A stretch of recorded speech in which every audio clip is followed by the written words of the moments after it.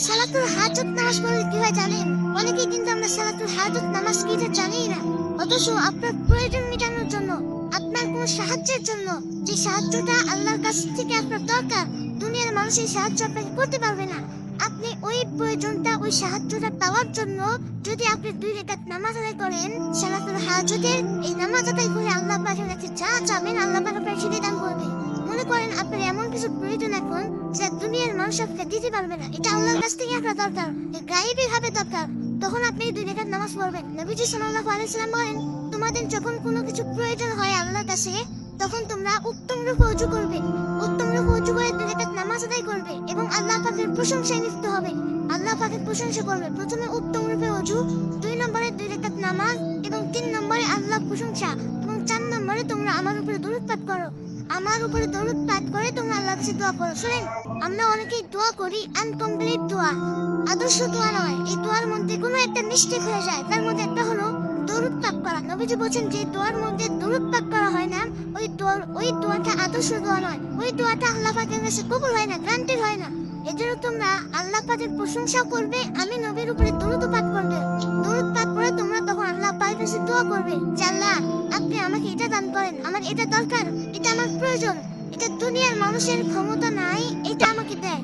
আল্লাহ তুমি ছাড়া কেউ আমাকে দিতে পারবে না, তুমি তো আমার রব, আমি তোমার গোলাম। আল্লাহ আমি ছাড়া তোমার দুনিয়াতে হাজার বান্দা আছে, কিন্তু আল্লাহ তুমি ছাড়া আমি বান্দার কাছে দ্বিতীয় কোনো রব নাই। আল্লাহ আমি কার কাছে চাবো? তুমি না দিলে আমাকে কে দিবে বলো? আল্লাহ তুমি আমাকে দান করো, তুমি আমার এই প্রয়োজনটা মিটায় দাও, তুমি আমার এই হাজতটা পূর্ণ করে দাও। আল্লাহ আমার এটার দরকার, আল্লাহ আমার সেটার দরকার। আপনি জায়েজ কিছু যদি আল্লাহর কাছ থেকে চাইতে পারেন, আল্লাহ পাক তখন আপনাকে দান করবে। কিন্তু আমাদের অনেক কিছু প্রয়োজন হয়, কিন্তু আমরা আল্লাহর কাছে সালাতুল হাজত নামাজ পড়ি না।